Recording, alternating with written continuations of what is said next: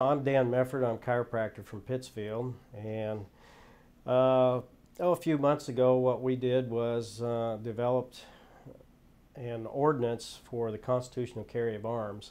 Constitutional carry of arms is different a little bit than concealed carry of arms. In other words, with concealed carry of arms, it strictly refers to the concealed carry of a weapon. However, this states a constitutional carry of arms, which could be something as simple as a knife or any type of arm, a ball bat, could be considered an arm.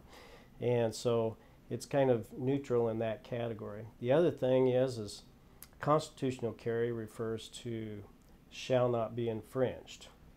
And when we have shall not be infringed, that has a different meaning than the term concealed carry, because what you do, you're applying for a permit or a license. The other issue that we have and that we discussed was the FOID card. We're the only state in the union that has a FOID card. The FOID card refers to a firearm owner's ID card. And people in the state of Illinois who live here cannot purchase ammunition. They can't purchase a firearm without this identification or permission from government.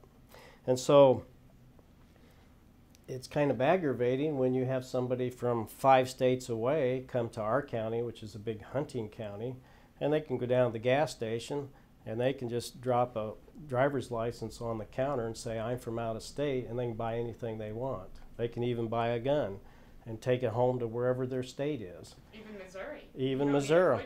Exactly. That's exactly right. And you don't need that type of thing. And we have a strong issue with that. That is an infringement. One of the other things that we felt strongly about was if a judge writes an order and he says, Joe Schmo is not to infringe on the property of Steve Jones, then the question is, how far onto the property of Joe Schmo can Steve Jones go? Can he go an inch? Can he go 5 steps? Can he go to the front door? Can he take a step inside the door? Well, I've talked to a number of judges. I've talked to attorneys, and they say, well, he can't touch the property. And if you talk to a county officer that has to enforce that, he says, well, he can't touch the property. He has to stay off the property. By the same token, the legislature of the state of Illinois feels that it can take shall not be infringed and turn it into shall not be infringed very much. And so that's how this whole ordinance came about in a lot of discussions. And then I thought, well, why not take the Second Amendment and bring it to the county level? And our ordinance is essentially a restatement of the Second Amendment with a little bit of clarification. And that's kind of how it all came about. I also had the assistance of Dick Metcalf, who is the principal at Passa Park shooting range at Barry. Dick is an interesting person. He's highly intelligent, and he's been a professor at Yale Law University as a history professor in constitutional issues. And he brought a great deal of insight and took all my ramblings and chopped and hacked, and we, in essence, butted heads until we finally got this thing down to a nice, concise little piece of language. As far as bringing it to the county level, have you, in your research, have you seen any other instance of this where people have done this? Because most people are going to go, well, you've got the state. You can't just have a little county in the state. Right. Well, that's been a big question. We had a lot of interest from other counties, and they're all taking a wait and see what happens in Pike County. But that is a good point, and it's one we need to address. What you run into is they say, well, now county law cannot supersede state law, and that's correct, okay, in as far as it goes. But the interesting thing is state law cannot supersede the Constitution. And our authorities that we state in our ordinance come from the Constitution that says shall not be infringed. There are 2 court cases in Illinois right now that are very hot, and they're being closely perused by people who you might say are in the gun culture. And that is the Moore versus Madigan case and also the Shepard case. Shepard versus Madigan involved a lady named Mary Shepard, 68 years old. She has a license to carry in Missouri and 1 other state, 2 states. But she lives and works in Illinois. She was working in a Baptist church along with another lady.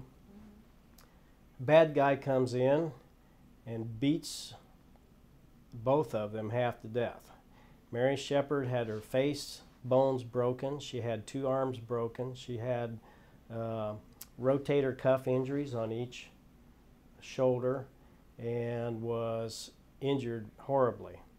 But the interesting thing is, she was unable to defend herself in her home state simply because it's against the rules. Well, those rules happen to be unconstitutional, and that law cannot allow or it cannot supersede the Constitution of the state of Illinois or of the United States. In Illinois, you have no provision whatsoever to carry in public. Even Wisconsin, who was the 49th state, you could open carry your weapon, whether it was a firearm or whether it was your billy club or whether it was a knife. You could open carry. What they didn't have was concealed carry. Well, in Illinois, you have neither open carry nor concealed carry. You have no choice. You have a complete ban, a complete infringement of a fundamental natural right to keep and bear arms. And that is where the issue is. Right now it's in the courts.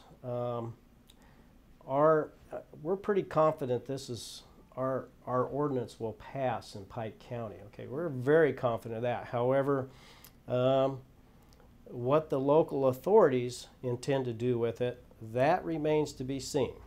They're all scratching their heads and they're trying to think, well, what's the best way to handle this? They're aware of, many of them are aware of case law that's coming up, and now they just are not sure how to handle it. Because in Pike County, well, we take our right to carry seriously, and we feel like it's a right to carry without permission from government. Let's put it that way. Do you feel, what do you see happening with this in the future? I think it's going to spread to other counties, and you're going to see it go county by county. Now, it's possible that when these court cases come out, and that could happen in the next few months to 2 years, it could overturn a tremendous amount of the laws in the state of Illinois, and it might make it all a moot point. But we have a statement to make, and our county is going to try and make that statement in the best way we can.